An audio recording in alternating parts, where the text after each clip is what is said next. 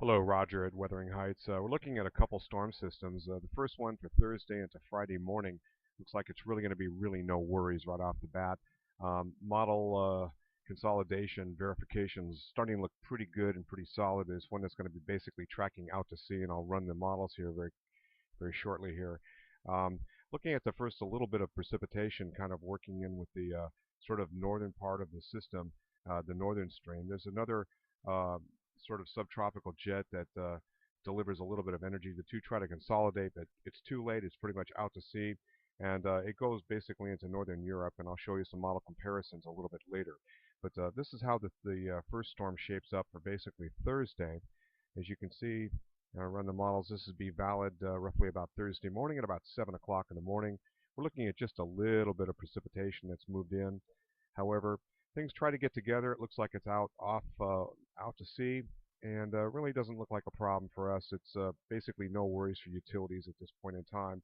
This is going to give us some very light precipitation and some extremely cold air. This is Arctic air mass here, and I'm looking at some of the model quantitative precipitation forecast, and it looks like we're talking about probably under 1/1500ths of an inch. That would be on a 1 to 10 scale, 10 to 1 scale for snow to water ratios about 1.5 inches. But we're going to have something probably on the order of 30, 35 to 1. So that would mean we could see maybe 2, 3, 4 inches out of this, sort of like cotton candy. The consistency of stuff you could probably blow off your car that will stand up real nicely. Super powder, if you will, because of this Arctic cold air mass. One of the deals is, though, once the storm goes on by, it's going to pull some of this very chilly air and very cold temperatures, it looks like into Friday night, Saturday morning, with some pretty impressive overnight low temperatures. Let me run that model again for you here real quick, and you can see it consolidates, goes out to sea, she's gone, and then we dip into this very cold thickness here. This is where the Arctic air resides, some of the coldest air we've seen so far this winter. This is some super duper frigid air, and it's going to be moving into the state of Vermont, into the northeast United States, pulled along and drawn in by that exiting storm system. Just to continue along here, we got an area of higher pressure for the weekend. This is valid 12Z on Saturday. And then a warm front that kind of moves in. I'm going to run that back real quick. This warm front is approximately right here. And what that does is all of a sudden, this next weather system is basically going to pull into Canada, and it's going to bring us a lot of warm air. You can see its circulation with these isobars here. That means we're looking at warm air beginning to work into the region. So it gives us a relief on the Arctic air side of things and begins to warm us up. But it looks like it's a little bit too much of a good thing here, especially if you like snow and hate rain. Okay, there goes that exiting system. And now what we see here is watch that 32-degree isotherm. You can see that right there. That gets into the eastern Great Lakes. And this system sort of sets the table for another weather system that will then develop and then hook, unfortunately, inland. This system bears watching. It has all sorts of, it's ripe with all sorts of problems. Basically, changeover. We also have some strong potential downsloping winds for utilities. And as I run the model here, right there, we're in the warm sector, so it's drawn up a lot of subtropical moisture. Anything in the red here is basically rain. Anything in the blue is snow. So it looks like some pretty impressive jackpot snows all up and down the sort of western slopes of the Appalachians into the eastern Great Lakes. Areas around, looks like western New York affected with some pretty heavy snow. Areas east, it's looking like rain. How much rain? Some of the model output I'm looking at is probably around 1 inch of rainfall. So we're looking at a soaking rain on top of very cold ground, where the ground temperatures will be so cold because we have temperatures basically in the minus 20s.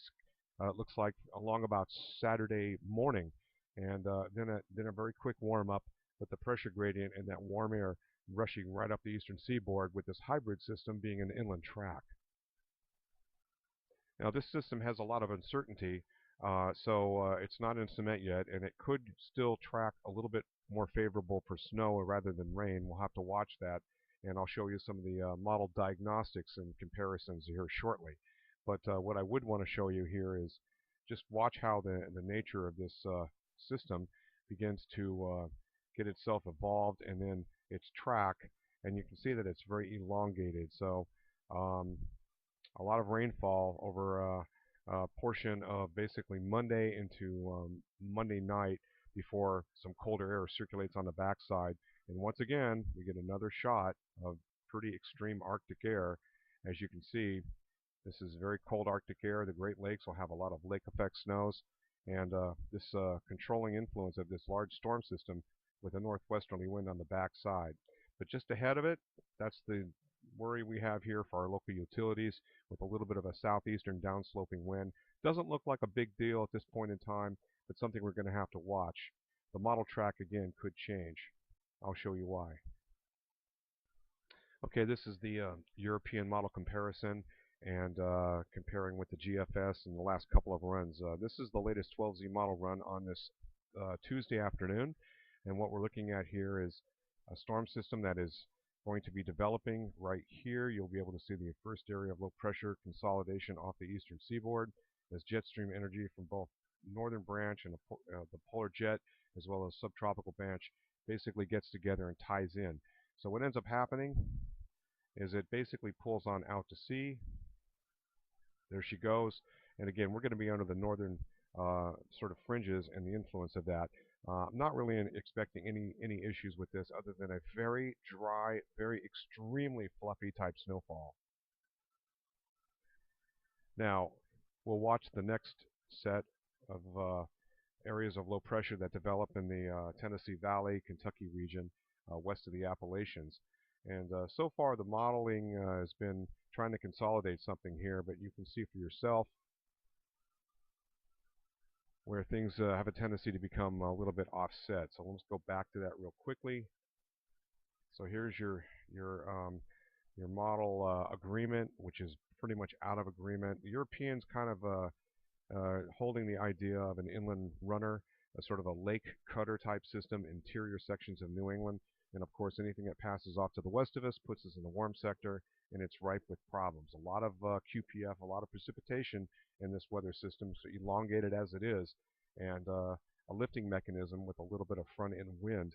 But it does look like a rain system now, and so not the greatest for snow lovers, that's for sure. Now, as the system pulls on away, you can see the last of it here, and that's roughly, it looks like Tuesday morning.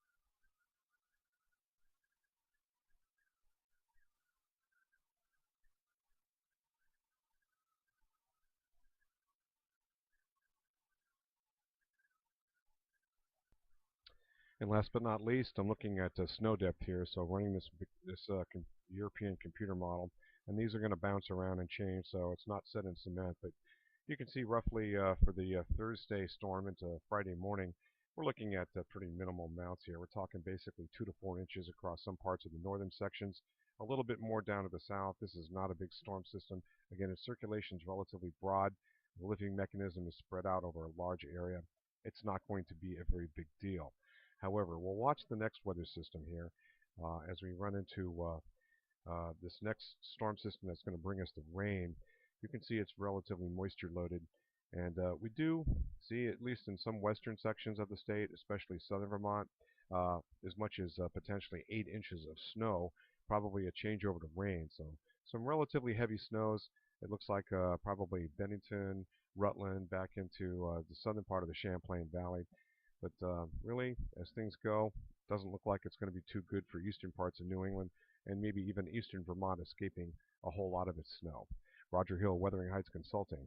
Thanks for watching.